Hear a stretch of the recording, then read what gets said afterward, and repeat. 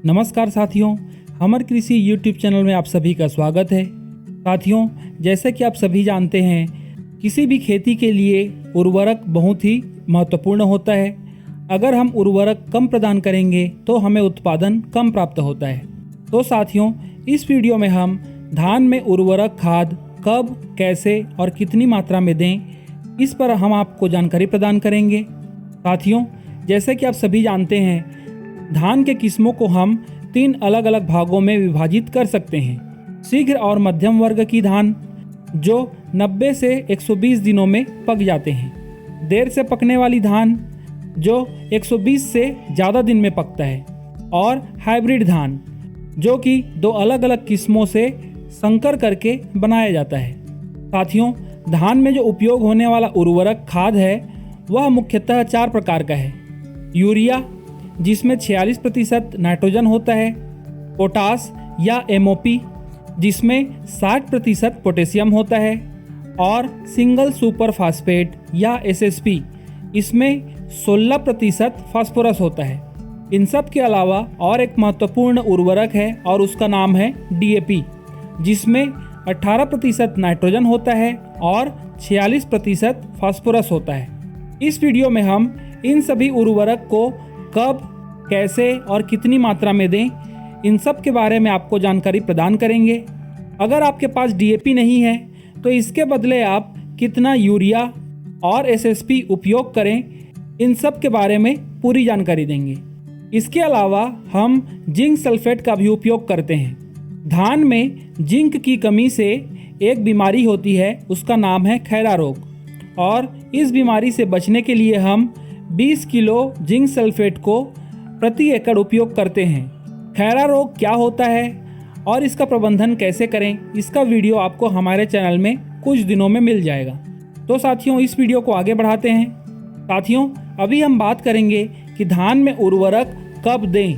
तो साथियों, DAP, potash और SSP इन सब की पूरी मात्रा और यूरिया की कुछ मात्रा को बीज की बुआई या धान की रोपाई के समय हमें प्रदान करना है, और उसके 21 दिन के बाद यूरिया की थोड़ी मात्रा को प्रदान करना है, और इसके 21 दिन के बाद जो यूरिया की बची हुई मात्रा है उसको खेत में डालना है।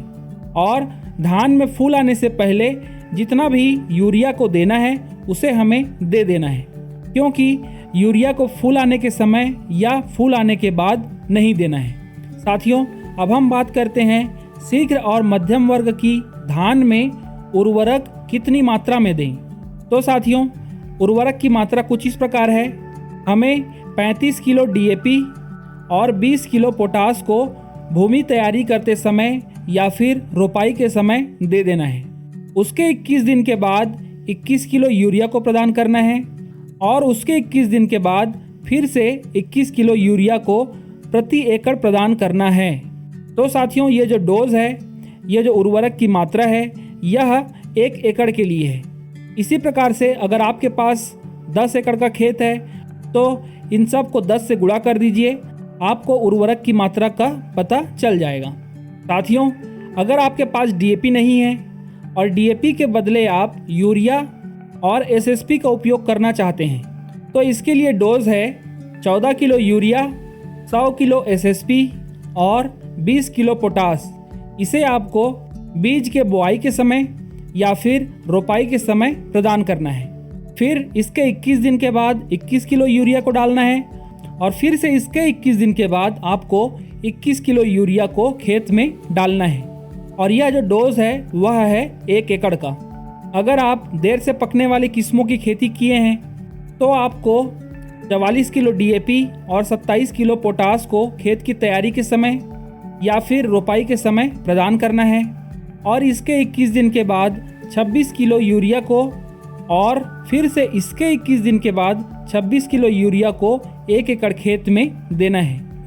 अगर आप DAP का इस्तेमाल नहीं करना चाहते तो आप 17 किलो यूरिया, 127 किलो SSP और 20 किलो पोटास को खेत की तैयारी के समय डाल दें। फिर से 21 दिन के बाद 26 किलो यूरिया, और इसके 21 दिन के बाद फिर से 26 किलो यूरिया को 1 एकड़ खेत में डाल दें। अगर आप देर से पकने वाली जो किस्में हैं उनकी खेती किए हैं तो।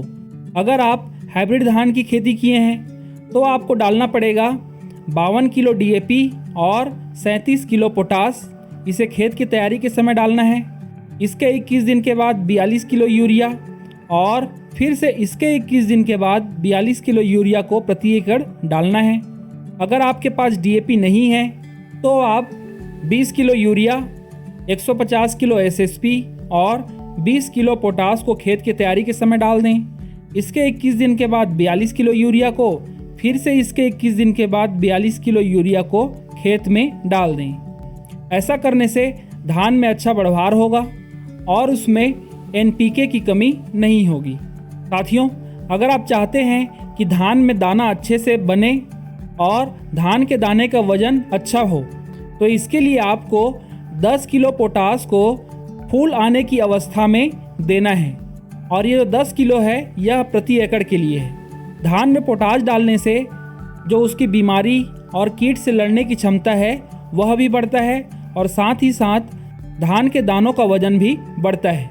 धान में उर्वरक डालने के समय कुछ सावधानी हमें बरतनी चाहिए, जो कुछ इस प्रकार से है। हमें हमेशा मृदा परीक्षण करवाना चाहिए, उसके बाद ही उर्वरक की मात्रा का निर्धारण करना चाहिए। यूरिया के लिए हमें नीम लेपित यूरिया का इस्तेमाल ज़्यादा मात्रा में करना चाहिए। नीम लेपित यूरिया से नाइट्रोजन धीरे धीरे रिलीज होता है और लंबे समय तक पौधे को नाइट्रोजन मिलते रहता है, इसीलिए नीम लेपित यूरिया ज़्यादा अच्छा होता है। अगर धान में फूल आ गए हैं या फिर आने वाले हैं उस समय हमें नाइट्रोजन को नहीं देना है, क्योंकि ऐसे समय में नाइट्रोजन प्रदान करने से फूल की कमी होती है, जिससे धान का उत्पादन कम प्राप्त होता है। आखिरी सावधानी है, नाइट्रोजन का या फिर यूरिया का तीसरा डोज खेत की भरी अवस्था में नहीं देना चाहिए। जो आखिरी डोज होता है उसमें हमें कोशिश करना चाहिए कि हमारे खेत में पानी ना भरा हो और नाइट्रोजन या यूरिया डालने के बाद हमें सिंचाई करनी चाहिए या फिर खेत में पानी भरना चाहिए। ऐसा करने से पौधे को ज़्यादा मात्रा में नाइट्रोजन प्राप्त होता है और फिर ग्रोथ अच्छा होता है। तो साथियों, यह जानकारी आपको कैसी लगी कमेंट करके ज़रूर बताएं। अब हम मिलेंगे अगले वीडियो में। धन्यवाद। जय हिंद।